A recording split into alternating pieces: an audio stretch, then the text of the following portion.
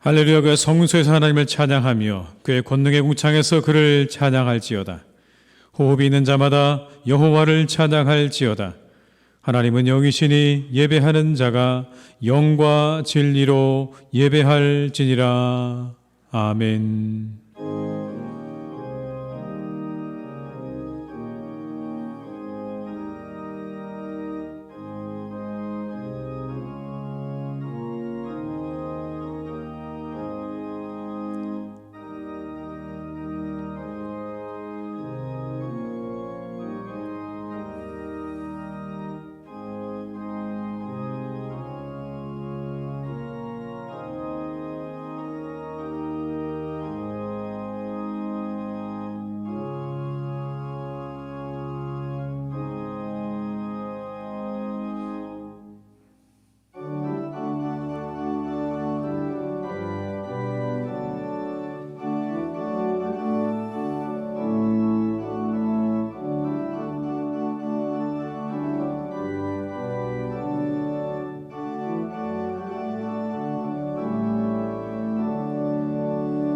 찬송으로 보답할 수 없는 큰 사랑, 주님께 영광 할렐루야. 형제 자매 모두 함께 모여 찬송해. 주님께 영광 할렐루야. 하나님의 자녀여 크게 찬송 부르며 밝고 거룩한 길로 기쁨으로 나아가 주의 보좌 앞으로 속히 들어가겠네. 주님께 영광 할렐루야. 우리 받은 주님 은혜 한량 없도다. 주님께 영광 할렐루야. 기쁜 찬송 부르면서 천국 가겠네. 주님께 영광 할렐루야. 하나님의 자녀여 크게 찬송 부르며 밝고 거룩한 길로 기쁨으로 나아가 주의 보좌 앞으로 속히 들어가겠네. 주님께 영광 할렐루야. 잠시 후에 우리 모두 주를 보겠네. 주님께 영광 할렐루야. 영광스러운 보좌 위에 거룩하신 주, 주님께 영광 할렐루야. 하나님의 자녀여 크게 찬송 부르며 밝고 거룩한 길로 기쁨으로 나아가 주의 보좌 앞으로 속히 들어가겠네. 주님께 영광 할렐루야. 만국 백성 전국에서 소리 높여서 주님께 영광 할렐루야. 영원토록 주의 공로 찬양하겠네. 주님께 영광 할렐루야. 하나님의 자녀여 크게 찬송 부르며 밝고 거룩한 길로 기쁨으로 나아가 주의 보좌 앞으로 속히 들어가겠네. 주님께 영광 할렐루야.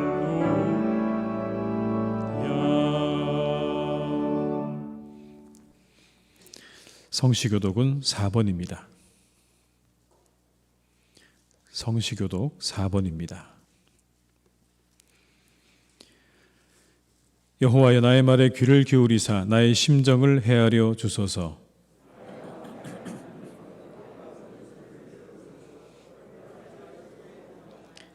여호와의 아침에 주께서 나의 소리를 들으시리니 아침에 내가 주께 기도하고 바라리이다.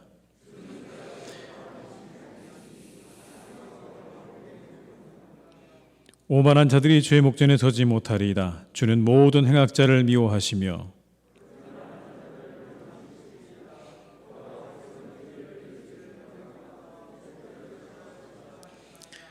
오직 나는 주의 풍성한 사랑을 힘입어 주의 집에 들어가 주를 경외함으로 성전을 향하여 예배하리이다.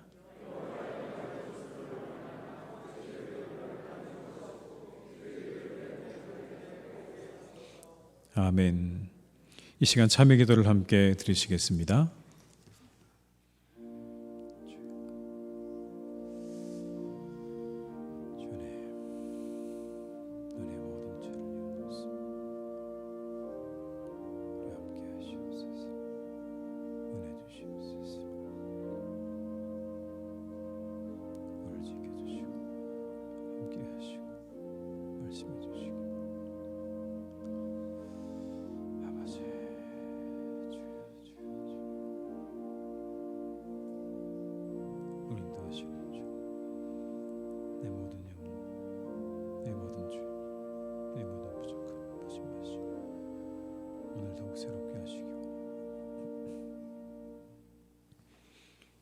악인은 그의 길을, 불의한 자는 그의 생각을 버리고 여호와께로 돌아오라.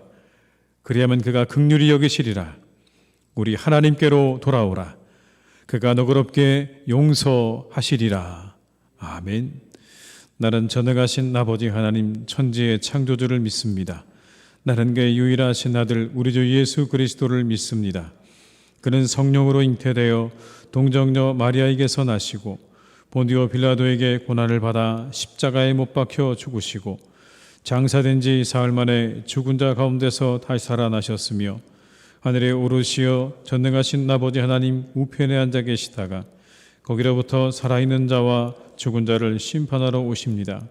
나는 성령을 믿으며 거룩한 공교회와 성도의 교제와 죄를 용서받는 것과 몸의 부활과 영생을 믿습니다. 아멘.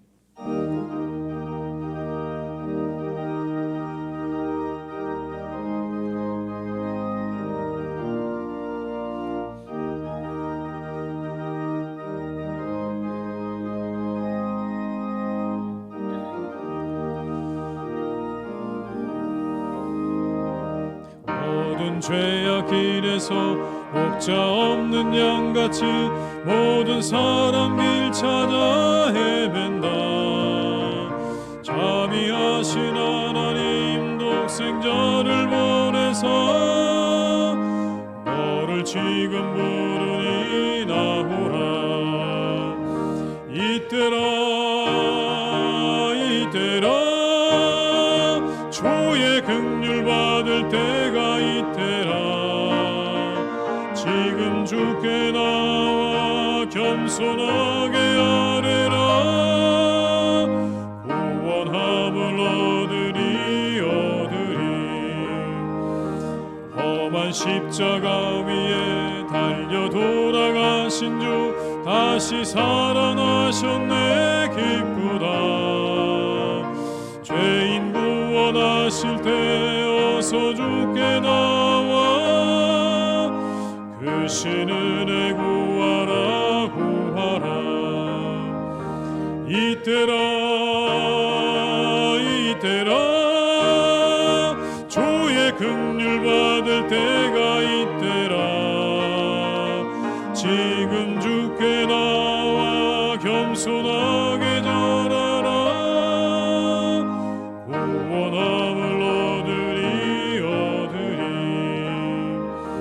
주의 귀한 말씀에 영원 생명이 있나니 주님 너를 용서해 주신다. 주가 부르실 때에 힘과 정성 다하여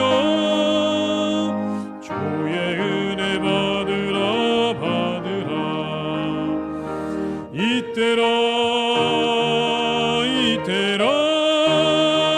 주의 긍휼 받을 때가 이때라. 지금 주께 나와 겸손하게 겸손하게 아뢰라. 구원함을 얻으리. 세월 빨리 흐르고 세상 친구 가는데 너의 영혼 오늘 밤 떠나도 주의 구원 받으면 천국에서 영원히 주와 함께 살리라. 이때라 주의 긍휼 받을 때가 이때라. 지금 주께 나와 겸손하게 절하라. 구원함을 얻으리.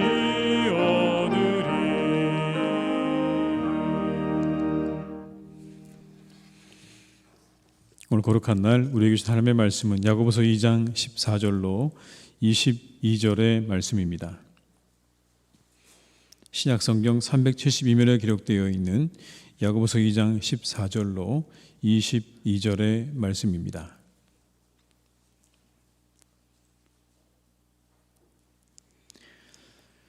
말씀을 받들어 봉독하겠습니다. 내 형제들아, 만일 사람이 믿음이 있노라 하고 행함이 없으면 무슨 유익이 있으리요? 그 믿음이 능히 자기를 구원하겠느냐?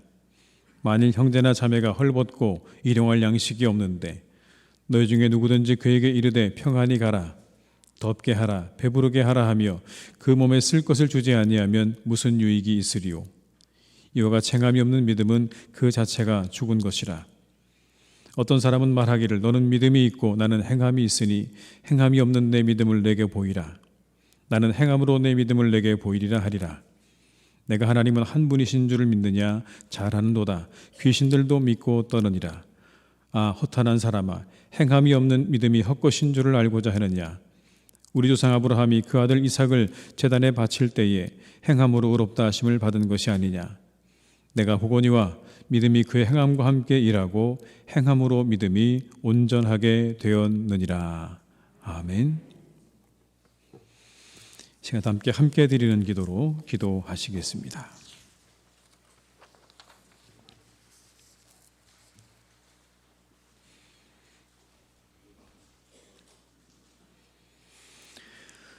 높임을 받으시기 합당하신 우리 주 하나님, 하나님의 음성을 들을 수 있는 복된 예배의 시간을 허락하여 주심에 감사를 드립니다. 하나님의 권속들이 몸과 마음과 정성을 다하여 드리는 예배를 기뻐하여 주시고 신실한 약속의 은혜를 베풀어 주옵소서. 하나님 아버지, 주님 앞에 기쁨으로 나아가게 하옵소서. 우리는 우리 스스로 의롭다고 생각할 때가 있습니다. 나는 그렇지 않지만 다른 사람들은 그렇다고 생각합니다. 주님 스스로 속지 않게 하옵소서. 자신의 허상대에 숨지 않게 하옵소서. 우리 연약함과 한계 그리고 죄악을 볼 수 있는 지혜를 허락하여 주옵소서. 우리의 죄를 고백할 때 정직한 영으로 새롭게 하시는 주님만 바라보게 하시고 한 걸음 한 걸음 주와 동행하며 하나님께 기쁨으로 달려나가게 하옵소서. 하나님 아버지, 그리하여도 주님을 신뢰하게 하옵소서. 우리의 삶 가운데 고난들이 다가올 때가 있습니다. 작은 고난에도 하나님을 향하여 원망할 때도 있습니다. 고난의 한복판에서 그리하여도 신앙으로 주님을 신뢰하고 의지하는 다윗의 고백처럼 하나님 한 분만을 의지하고 하나님 한 분만을 인정하는 믿음의 고백을 드리게 하옵소서. 어떤 상황이나 고난에도 묵묵히 주님을 바라보며 사는 복된 성도 되게 하시고 우리가 겪는 모든 고난을 거두어 주시고 인자를 베푸시는 실수가 없으신 주님을 기대하게 하옵소서. 마침내 모든 것을 이루실 주님을 신뢰하며 나아가게 하옵소서.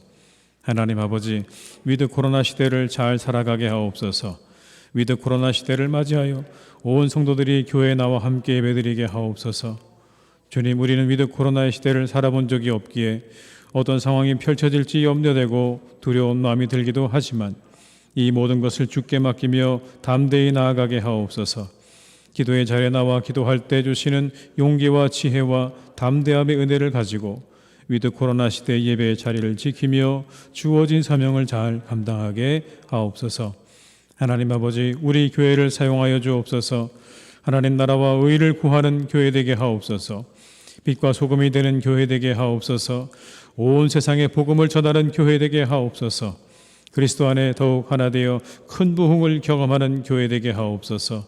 오직 성령과 말씀과 은혜와 예수 그리스도로 충만한 교회가 되도록 우리 교회를 축복하옵소서. 하나님의 능력과 함께하심의 역사로 말미암아 몸과 마음이 상한 영혼들이 기적을 체험하고 하나님께 영광을 돌리게 하옵소서. 영과 진리로 예배드리는 이 시간 하나님께 영광 돌리는 예배, 그리스도의 능력이 임하는 예배, 새로운 피조물로 변화받는 예배 되게 하옵소서. 예수님의 이름으로 기도드립니다. 아멘.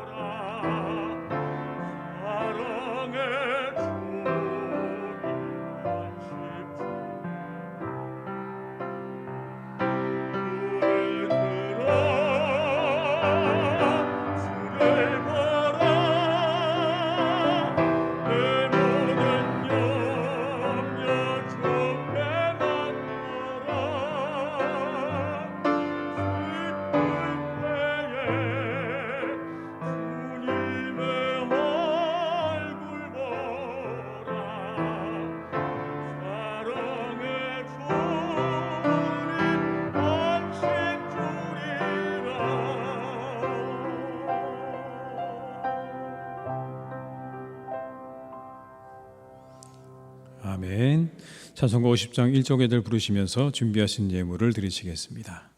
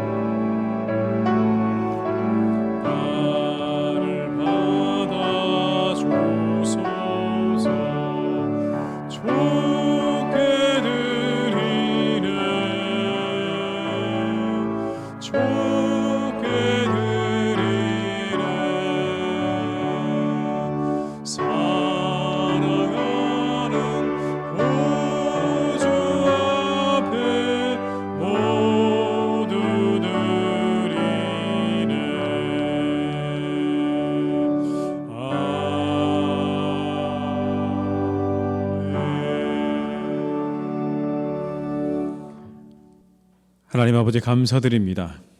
오늘도 주님의 날에 주의 백성들이 예배할 수 있도록 인도하심을 감사드립니다. 쌀쌀해지는 날씨 속에서도 주께 예배하기 위해 모인 주의 성도들을 이 시간 기쁘게 받아 주시옵소서. 이 시간 주님의 은혜에 감사드리며 귀한 예물을 드립니다. 11조로 감사 헌금으로 선교를 위해 이웃을 위해 그리고 주일 헌금으로 드립니다. 기쁘게 받으시고 은혜를 내려 주시옵소서. 어려운 때를 잘 헤쳐나갈 수 있는 지혜를 주시고 일용할 양식도 주시고 건강도 주시옵소서. 무엇보다 하나님을 기쁘시게 할 믿음을 주셔서 언제나 주님의 기쁨되는 성도가 되게 하옵소서. 이렇게 드려진 예물이 하나님 나라와 이웃을 위해 그리고 선교를 위해 귀하게 사용되어지기를 기도드립니다. 이 예물이 흘러가는 곳에 영혼들이 살아나고 위로받고 새로워지는 역사를 일으켜 주시옵소서. 그러나 드리고 싶어도 드리지 못하는 성도들을 기억하시고 그들에게 넘치도록 드릴 수 있는 회복을 주시옵소서.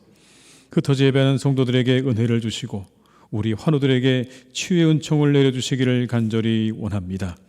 특별히 하나님, 이번 주에 있는 수능 시험을 앞둔 자녀들을 하나님께서 지켜주시기를 원합니다.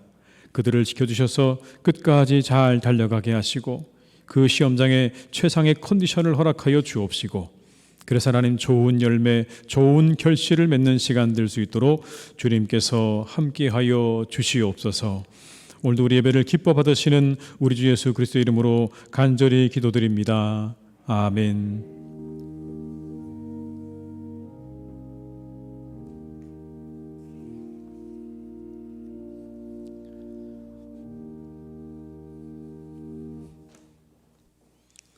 광고를 말씀드리겠습니다. 교회를 위해서 계속 기도해 주시기를 부탁드립니다. 11월 21일 다음 주일은 추수감사주일입니다. 한 해를 감사드리면서 정성된 마음으로 잘 준비해 주시기를 바랍니다. 추수감사주일을 맞아서 과일을 이웃과 나누려고 합니다. 돌아오는 추수감사주일에 가져오시는 과일은 강단을 장식한 후에 이웃들과 함께 나누도록 그렇게 하겠습니다. 성도들 함께 참여해 주시기를 바라고요. 들어오는 현관 입구에 감사나무를 저희가 세워놨습니다. 이렇게 보시면 이렇게 감사나무 적을 수 있도록 메모지가 있습니다. 이렇게 적으셔서 나무가지 이렇게 거시는 겁니다. 오늘하고 다음 주에 계속 거둘 테니까요. 여러분들이 가셔서 한 해 가운데 감사한 이야기들이 뭐가 있었는가를 한번 적어보시고 또 걸어주시면 감사하겠습니다. 공동회의가 오늘 2부 예배 후에 본당에서 있겠습니다. 2019년 10월 13일 항전직 투표 공동회 속회권으로 저희가 함께 공동회의로 모이게 되겠습니다.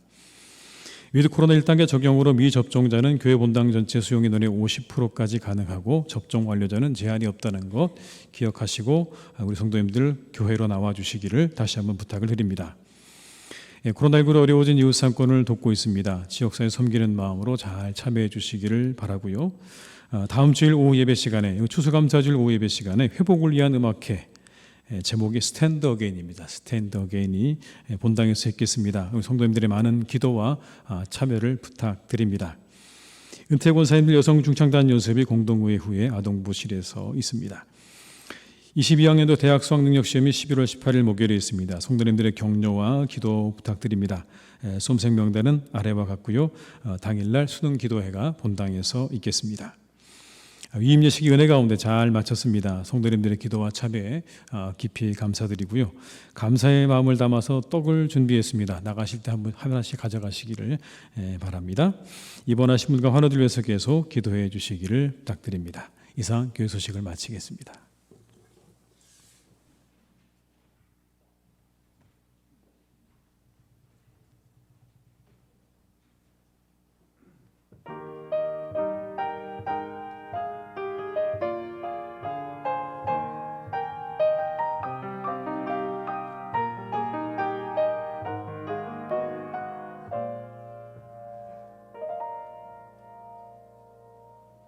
내 삶이 먼저야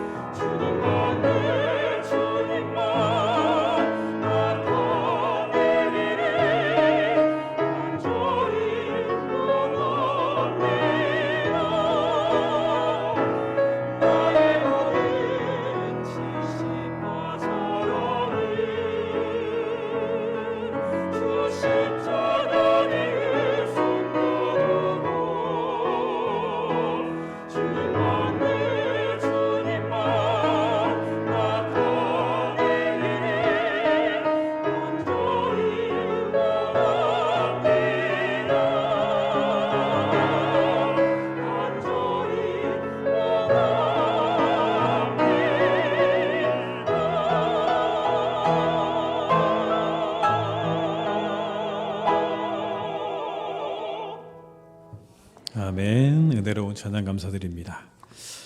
우리 한번 서로 인사하면서 시작하실까요? 잘 지내셨나요? 옆에 계신 분들 보시면서 잘 지내셨으면 반갑습니다. 예, 잘 오셨습니다. 네.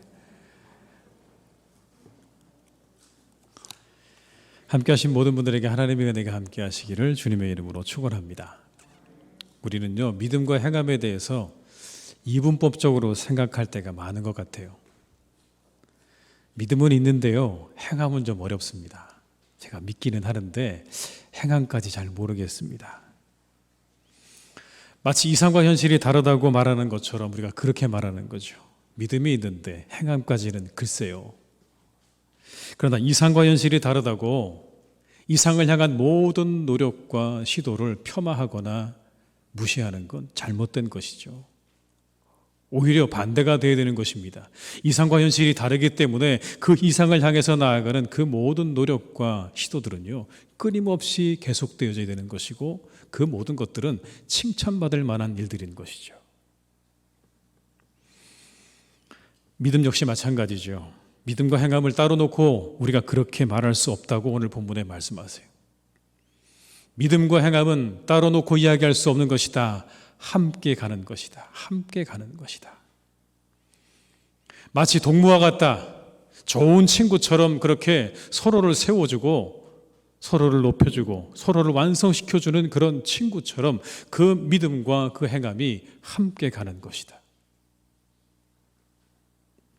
우리 모두가 행함 있는 믿음으로 하나님 앞에 하나님께 기쁨이 되는 분들이 다 되시기를 주님의 이름으로 축원합니다.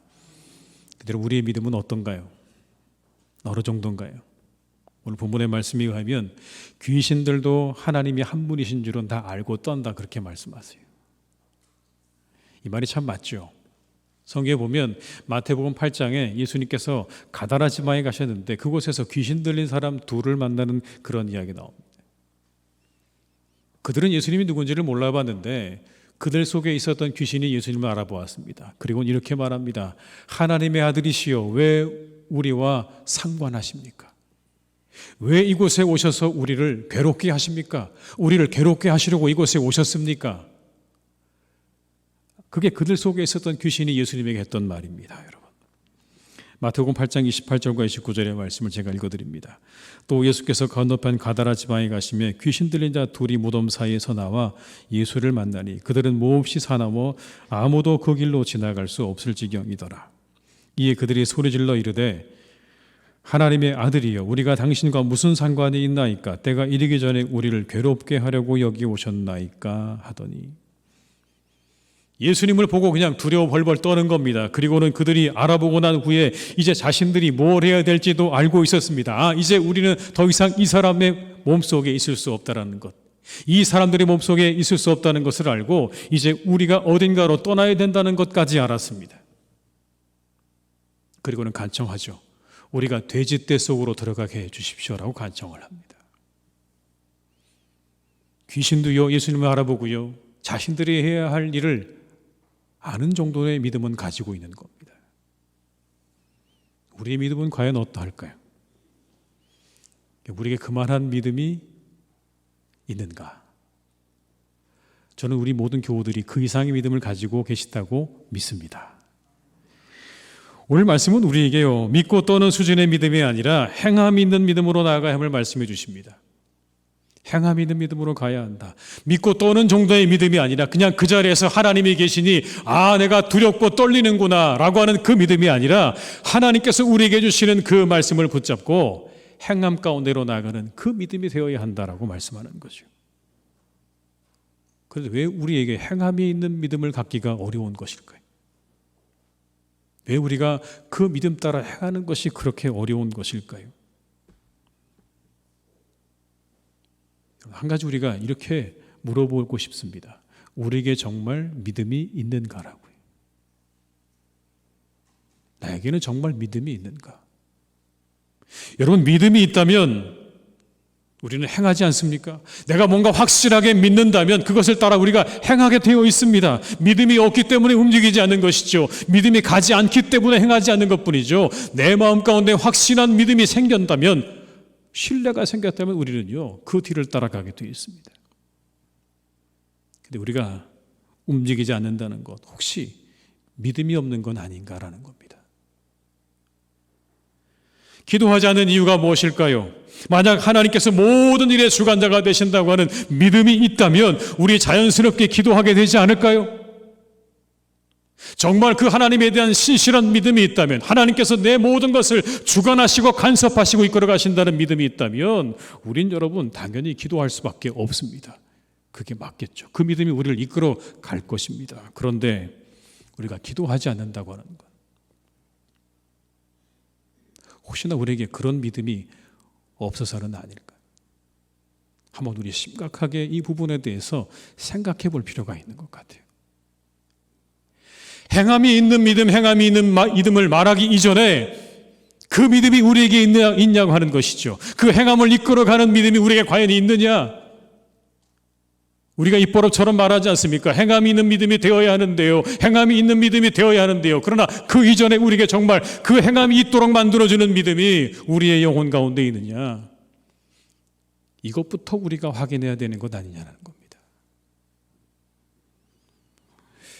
우리 살아가는 교우들에게 저는 간절히 바랍니다. 우리가 행함이 있는 믿음을 가질 수 있도록 여러분의 마음 가운데 진실되고 하나님을 향한 흠없는 믿음을 가지고 살아가시기를 주님의 이름으로 축원합니다. 그대로 믿음이 있죠, 다. 내 믿음이 있는데 우리가 이 믿음대로 행하지 못하는 이유는요, 행함을 막는 것들 때문에 그런 것 같아요. 오늘 본문에 나오는 헐벗고 굶주린 사람에 대한 이야기를 우리가 들어보면 그렇습니다.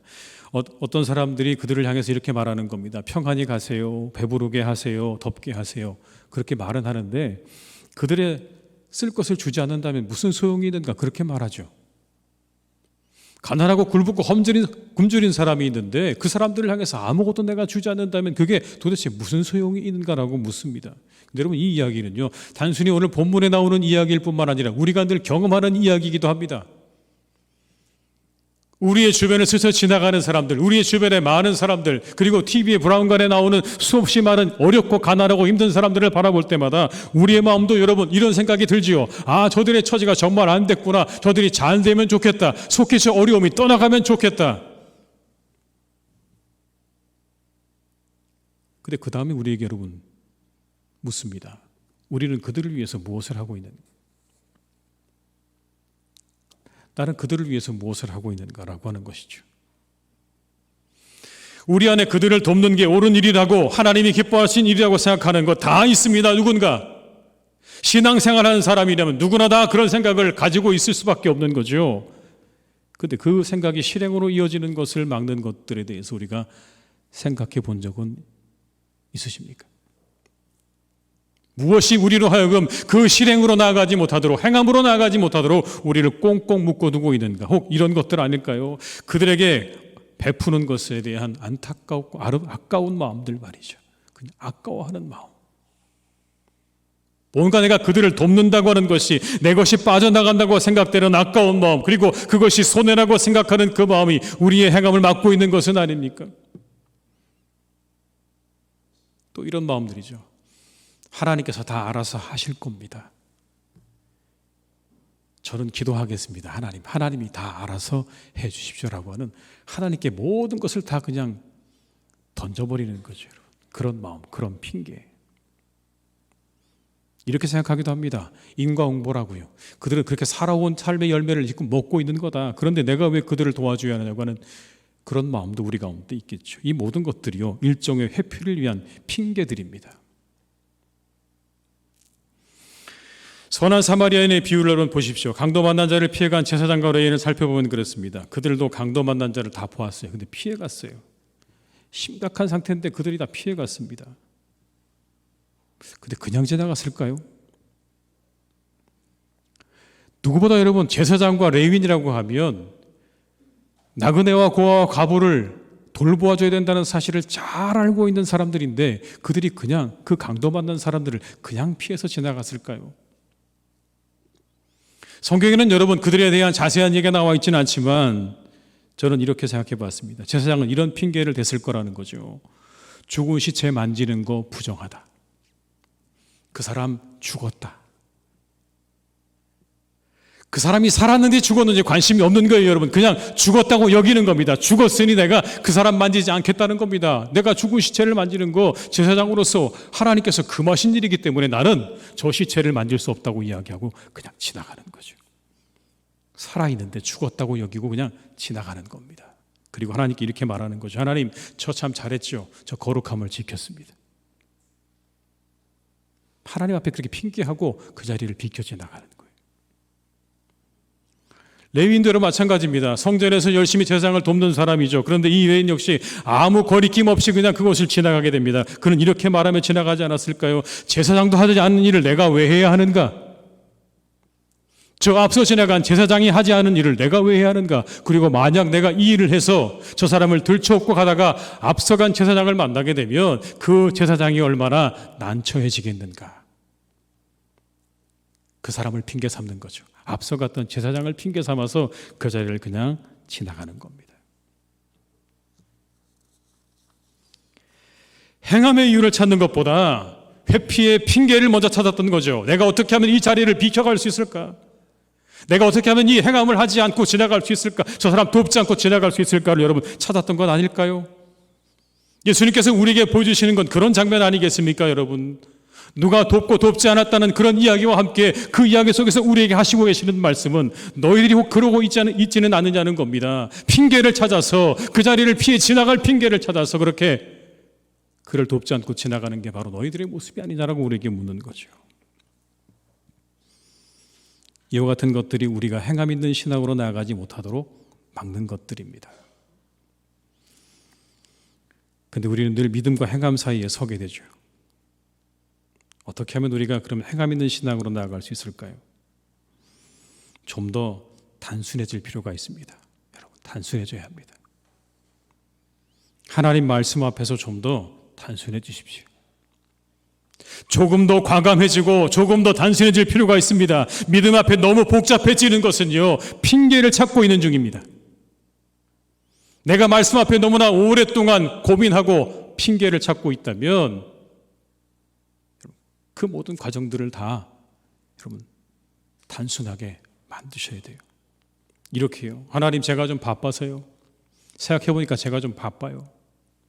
제가 아직 믿음이 연약해서요. 여기까지는 못하겠습니다.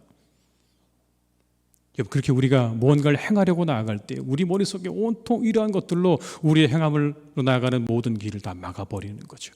제가 믿음이 연약하고요. 제가 시간이 부족했어요. 믿음과 행함 사이의 시간과 과정을 단축시키셔야 되는 겁니다, 여러분. 우리가 가진 믿음이 행함으로 이어지도록 그 모든 과정과 시간들을 가급적 단축시키셔야 돼요. 즉각적인 순종으로 나아가셔야 되는 거예요. 아브라함에게 하나님께서 아들을 번제로 바치라고 하셨죠. 그때 아브라함이 이렇게 반응을 했습니다, 여러분. 창세기 22장 2절과 3절의 말씀을 제가 읽어드립니다. 여호와께서 이르시되 내 아들 내 사랑하는 독자 이삭을 데리고 모리아 땅으로 가서 내가 네게 일러준 한 산 거기서 그를 번제로 드리라. 아브라함이 아침에 일찍 일어나 나귀를 안장에 지우고 두 종과 그의 아들 이삭을 데리고 번제에 쓸 나무를 쪼개 가지고 떠나 하나님이 자기에게 일러주신 곳으로 가더니. 여러분, 드리라고 했더니 언제 일어나서 갔습니까? 아브라함이 아침에 일찍이 일어나 나귀의 안장을 지우고 떠났다. 하나님 말씀이 들려지자 새벽같이 일어나서 그 아들을 데리고 떠났다는 말씀이에요. 여러분, 이런 생각이었을까요? 빨리 이 아들을 하나님 앞에 드려야 되겠다. 빨리. 여러분, 그런 마음이었을까요? 아닐 겁니다. 어떻게 얻은 아들인데요? 이런 생각 아닐까요? 다른 생각이 들까봐. 시간을 지체하다 보면 다른 생각이 들까봐, 그 말씀에 순종하지 못할까봐 여러분, 아브라함은 지체하지 않고 새벽에 짐을 싸서 그 아들을 데리고 하나님을 향해 나아가는 그런 모습을 우리에게 보여주고 있는 거죠. 말씀이 들려지면 행하는 겁니다. 이렇게 재고 저렇게 재고 하다 보면 못하게 됩니다. 그 사이에 핑계가 생기게 됩니다. 그 믿음과 행함의 간격이 멀어질수록, 과정이 많아질수록 우리는 여러분 행함으로 나아가기가 어렵습니다. 말씀이 들려지거든 오늘 아브라함처럼, 그리고 믿음의 사람들처럼 즉각적으로 그 말씀에 반응하고 순종하며 나아가는 우리 모든 성도님들이 다 되시기를 주님의 이름으로 축원합니다. 그것이 우리의 행함을 가능하게 하는 것입니다. 좀 더 신속하게 움직이셔야 됩니다. 내게 말씀이 들려지거든, 내게 믿음이 생기거든 조금 더 신속하게 빠르게 움직일 줄 아는 그런 분들이 되시기를 주님의 이름으로 축원합니다.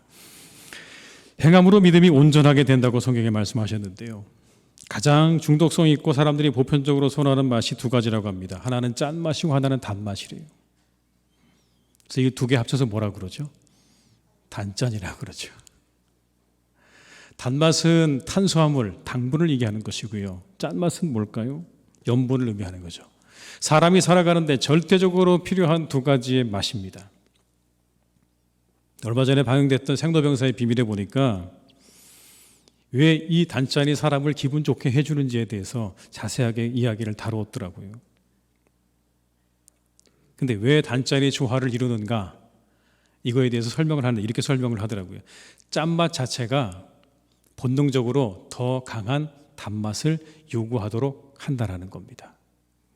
우리가 음식을 짜게 먹으면 그 자체가 단맛을 끌어당긴다는 얘기입니다. 그러니까 여러분, 뭐가 먼저죠? 짠맛이 먼저죠. 짠맛이 먼저고 그 다음에 단맛이라는 거예요. 그런데 단맛을 먹고 나면 다시 또 짠맛을 먹고 싶고, 이게 계속해서 반복되면서 끊을 수 없게 만드는 게 사람에게 가장 큰 문제이긴 하지만 그 둘의 조화는 매력적인 거죠. 이 둘이요, 상승 효과가 있는 거죠. 상승 효과를 일으키는 겁니다. 자꾸 더 많이 먹게 만들게 된다는 겁니다. 오늘 본문에도요, 믿음과 행함의 관계에 대해서 말씀하시는데 이렇게 말씀하세요. 믿음이 행함과 함께 일하고 행함이 믿음을 온전케 한다. 믿음이 행함과 함께 일하고 행함이 믿음을 온전하게 한다. 22절의 말씀을 제가 읽어드립니다. 내가 보거니와 믿음이 그 행함과 함께 일하고 행함으로 믿음이 온전하게 되었느니라. 사람이 온전해지는 건 지식만으로 가능하지 않죠. 어른이 됐다는 게 어떤 의미입니까, 여러분? 지식을 가지고 있다고 해서 어른이 되었다고 말하지 않습니다. 시간을 지내면서 이런저런 경험들을 통해서 인생을 알고 깨닫고 그것으로부터 지혜를 가지고 행동할 줄 아는 사람을 가리켜 어른이라고 말하죠.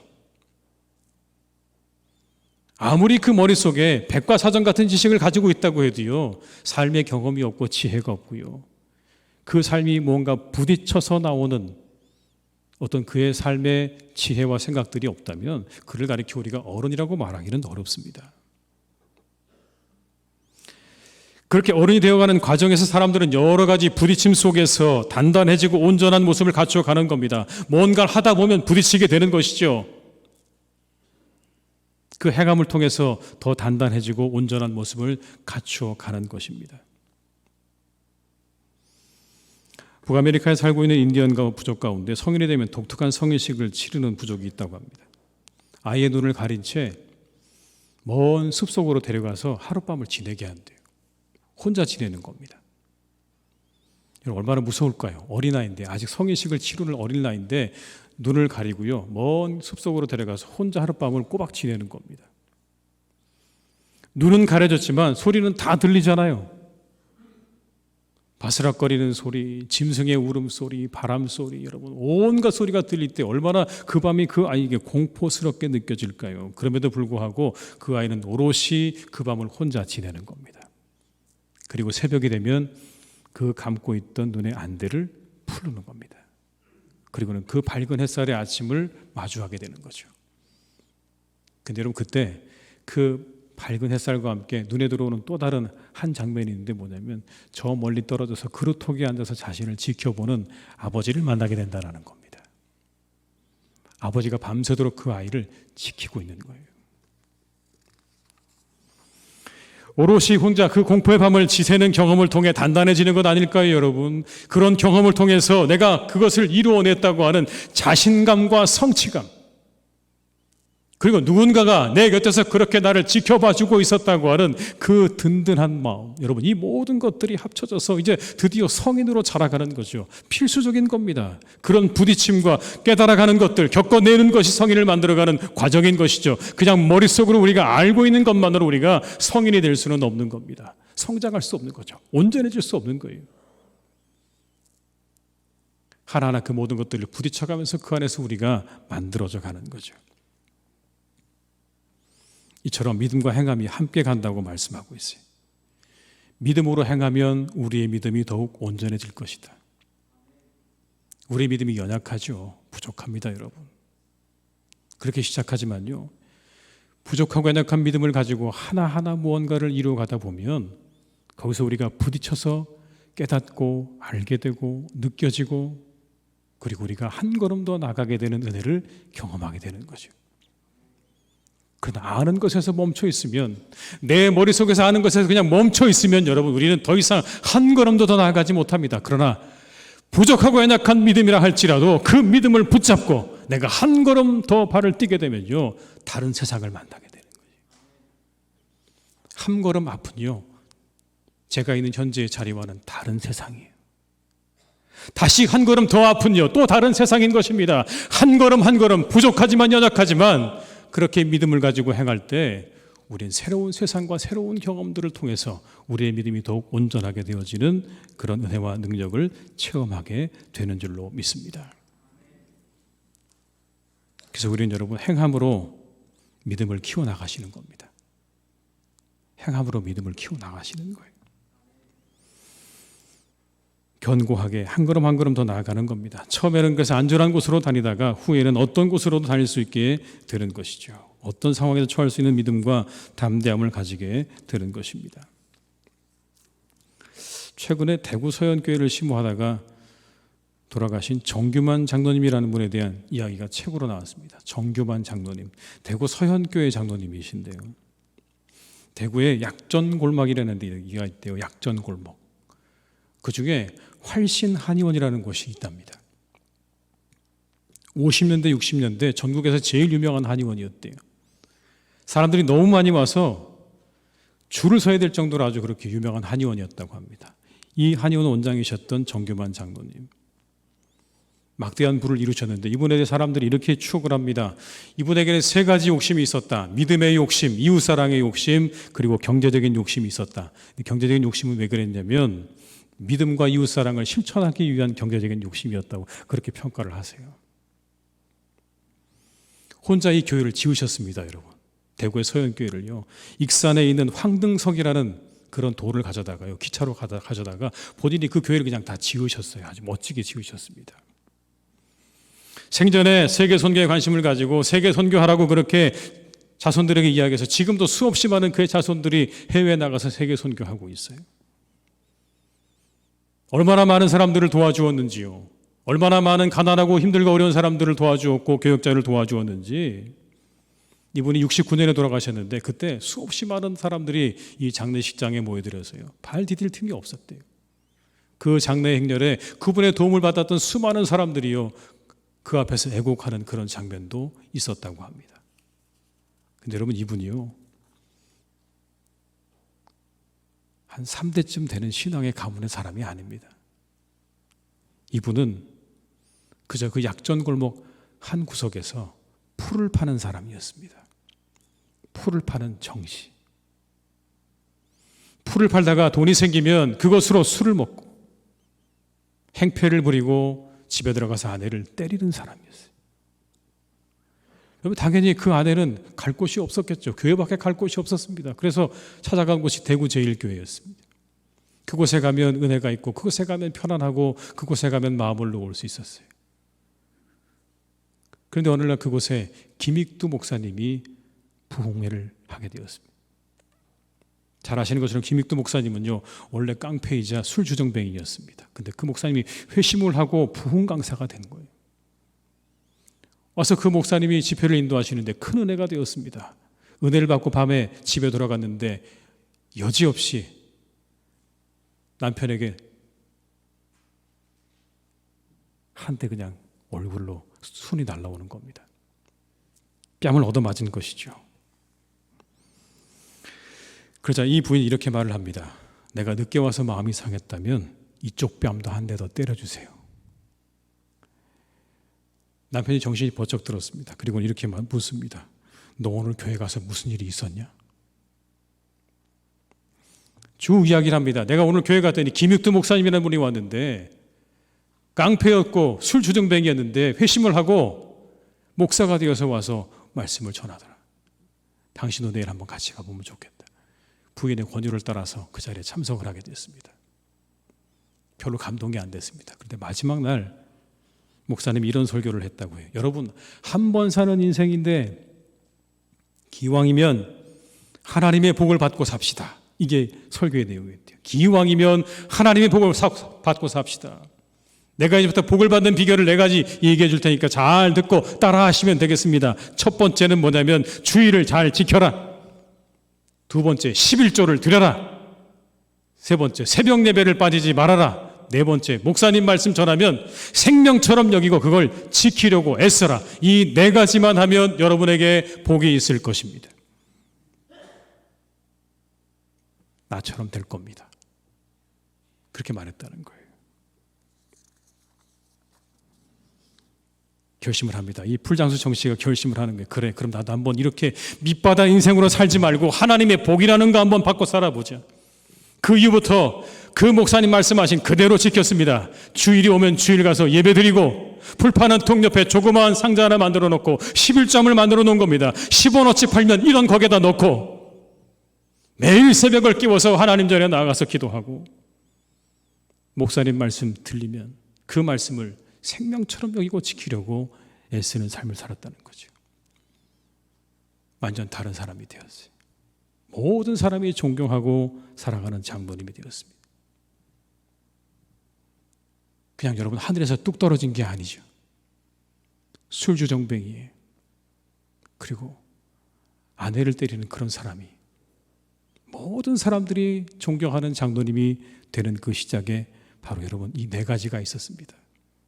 주일 성수와 11조와 새벽 예배와 그리고 그 말씀을 목숨처럼 지키는 사람이 되면 복을 받을 것이라고 하는, 어찌 보면 우리가 늘 듣던 그런 말씀이지만 이 4가지의 말씀을 듣고 지키고 행하는 그 행함 있는 믿음이 이 장로님의 믿음의 시작이었다는 겁니다. 여러분 그러는 중에 그 행함을 통해서 깨닫게 되고 알게 되고 한 걸음 더 나아가게 되고 또 깨닫고 또 알게 되고 한 걸음 더 나아가게 되고 그 행함 가운데 그 장로님의 신앙이 온전해지고 완성되어져 간 것 아니겠습니까? 사랑하는 교우 여러분, 처음부터 믿음의 사람은 없습니다. 그러나 우리가 믿음으로 행하게 되면, 믿음을 따라 살다 보면 그 믿음이, 그 행함이 우리를 온전하게 만들어가는 은혜와 역사가 분명히 있게 될 줄로 믿습니다. 그리고 결국에는 그 사람이 다른 사람들에게 그 축복을 받고 나누어주는 복된 사람으로 세워져가는 역사가 있게 되는 것입니다. 오늘부터라도 작은 믿음의 실천들을 해나가시기를 주님의 이름으로 축원합니다. 그리하셔서 많은 사람들에게, 다른 사람들에게 은혜와 그리고 덕을 끼치는, 축복을 나누어주는 복된 사람들로 살아가시기를 주님의 이름으로 축원합니다. 기도하시겠습니다. 아버지 하나님, 우리에게 행함 있는 믿음을 주시기를 간절히 원합니다. 핑계치 않게 하시옵소서. 말씀에 즉시 순종할 수 있는 마음을 주시기 원합니다.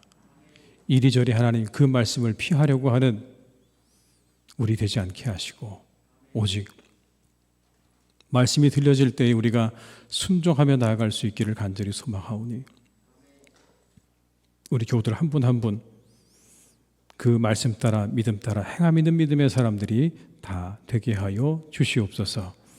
작은 하나부터 실천할 수 있기를 간절히 원합니다.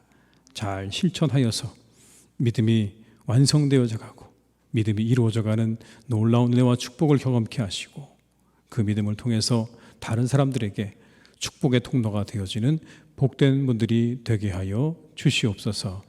감사드리고 예수님의 이름으로 기도드립니다. 아멘.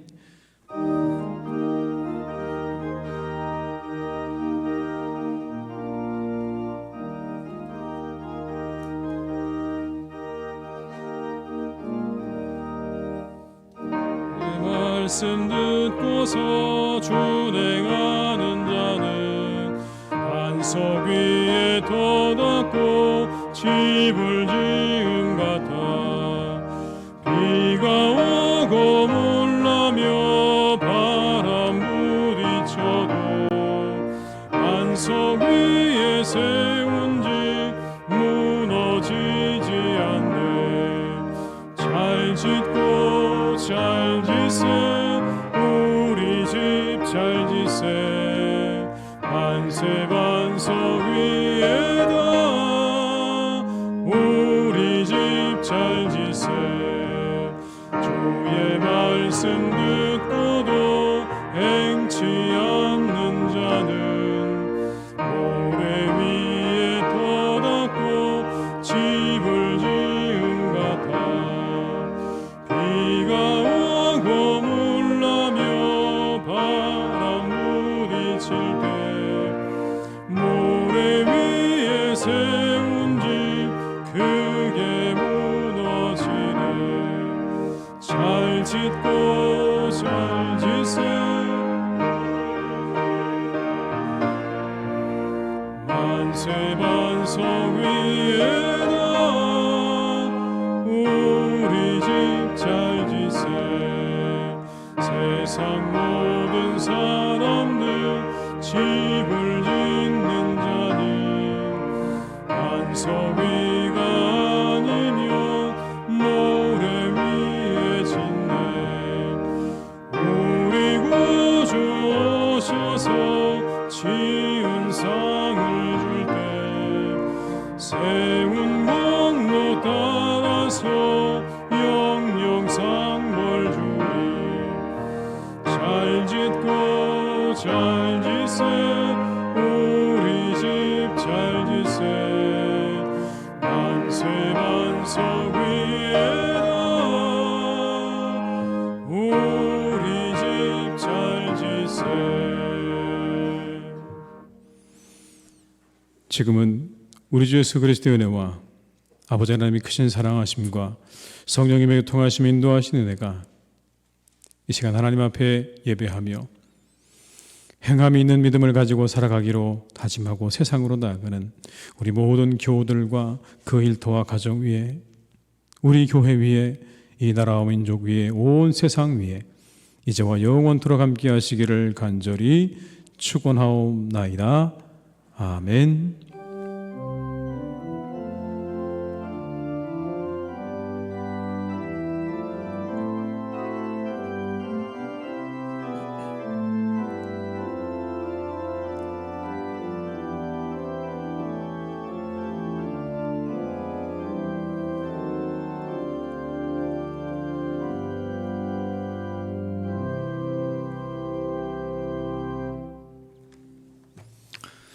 찬송가 312장을 함께 찬양하시겠습니다. 공동회의를 시작하겠습니다. 찬송가 312장입니다.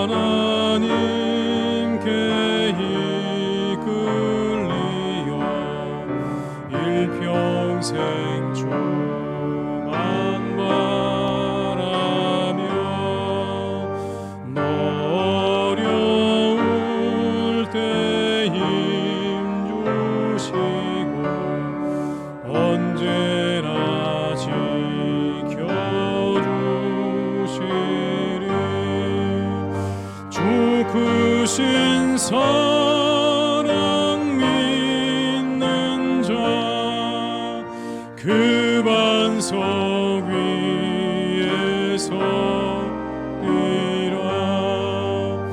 너 설레는 맘과 가듬고 희망 중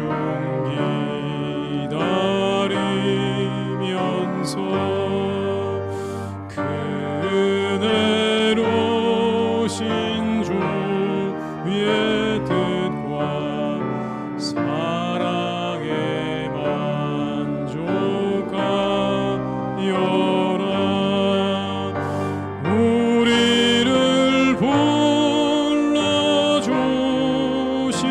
주 마음에 소원하신다. 주 찬양하고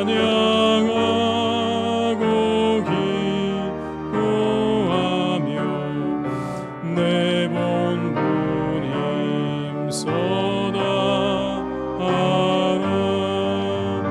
주 약속하신 모든 은혜 내게서 이루어지리라. 참되고 의지하는 자 주께서 이어하시리.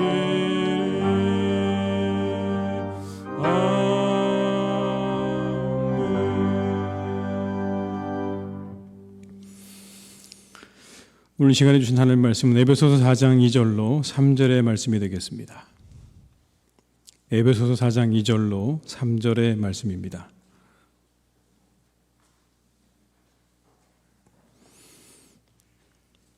봉독하겠습니다. 모든 겸손과 온유로 하고 오래 참음으로 사랑 가운데서 서로 용납하고 평안에 매는 줄로 성령이 하나 되게 하신 것을 힘써 지키라. 아멘. 지금부터 2019년 10월 13일에 있었던 항공동회의를 속회하도록 하겠습니다. 설명을 좀 드리면 2019년 10월 13일에 있었던 공동회의 안건은 항존직 선출에 관한 건이었습니다. 이 시간에는 그 공동회의 안건의 결과를 말씀드리도록 하겠습니다. 총 2차에 걸친 공동회의 결과 안수집사 2명, 권사 4명이 선출되었음을 말씀드립니다. 선출되신 안수집사 피택자 2분은 노경호, 박범식 집사님이시고 권사 피택자 4분은 공혜성, 김양래, 박미덕, 신완순 집사님이십니다. 화면에 좀 띄워주시겠습니까? 네. 노경호, 박범식, 공혜성, 김양래, 박미덕, 신완순 4분이 피택되었음을 선포합니다. 교육을 통해서 교육을 거쳐서 올해 내에 임직식을 갖도록 그렇게 하겠습니다. 위에서 많은 성도님들의 기도를 부탁을 드리겠습니다. 네, 이 회의 어떻게 할까요? 네, 동의하셨습니다. 제정하였습니다. 가시면 이해하시고요. 예, 기도하고 마치겠습니다. 아버지 하나님 감사합니다. 이렇게 2분의 안수 집사님과 4분의 권사님을 피택해 하신 하나님께 감사드립니다. 하나님, 긴 시간이 흘렀습니다. 2년의 시간이 흘렀지만 하나님 이렇게 우리가 이분들을 피택하고 이분들을 하나님 앞에 세울 수 있게 하신 것 감사드립니다. 이 모든 것이 하나님의 은혜입니다. 하나님 피택된 분들을 주님께서 지켜주셔서 이제 남겨진 모든 교육의 과정과 또 임직식의 과정까지 하나님 은혜 가운데 함께해 주시기를 간절히 원합니다. 사랑하는 귀한 분들을 주님께서 믿음으로 세워주시고 하나님의 사람으로 세워주셔서 하나님의 교회를 위하여 귀하게 쓰임받는 그런 분들이 되게 하여 주시옵소서. 많은 사람들에게 믿음의 본이 되게 하여 주옵시고 많은 사람들과 함께 교회를 세워나가는 복된 분들이 되게 하여 주시옵소서. 간절히 원합니다. 하나님, 우리가 이 결과를 마주하고 우리가 함께 기뻐하고 즐거워합니다. 우리 온 교우들이 함께 이제 이후로 더욱더 기도하며 하나님의 교회를 우리가 아름답게 세워나가는 우리 모두가 되게 하여 주옵소서. 더 많은 주의 일꾼들을 세우게 하여 주옵시고 우리가 더 함께 합심하며 기도하여서 하나님의 교회를 아름답게 세워나가는 은혜가 있게 하여 주시옵소서. 주님께 모든 것을 맡겨드립니다. 함께 하시고 역사하신 하나님의 은혜에 감사드리옵고 예수님의 이름으로 기도드립니다. 아멘. 네, 이것으로 공동회의를 마치겠습니다.